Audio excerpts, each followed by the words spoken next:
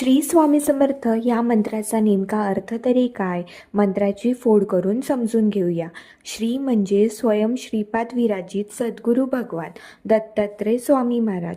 स्वामी शब्दाची फोड केल्यास स्वा अधिक मी अशी होते. स्वा म्हणजे भस्म करणं अथवा आत्मसमर्पित करणं असा याचा अर्थ आहे. आणि मी म्हणजे माझे अज्ञान, अहभाव, रिपुगुण.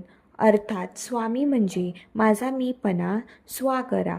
तर समर्थ म्हणजे संसाररूपी भवसागर सहज तारून येण्यासाठी माझे स्वयंभू शिवत्व जागृत करा. त्यायोगी श्री स्वामी समर्थ म्हणजे श्रीपाद विराजित भगवान दत्तात्रय स्वामी महाराज माझे मीपणा भस्म करून स्वयंभू शिवतत्व सद्गुरू कृपा अंकित करा. असा श्री स्वामी समर्थ या सद्गुरू ब्रह्मावाचक षडाक्षरी तारक बीज मंत्र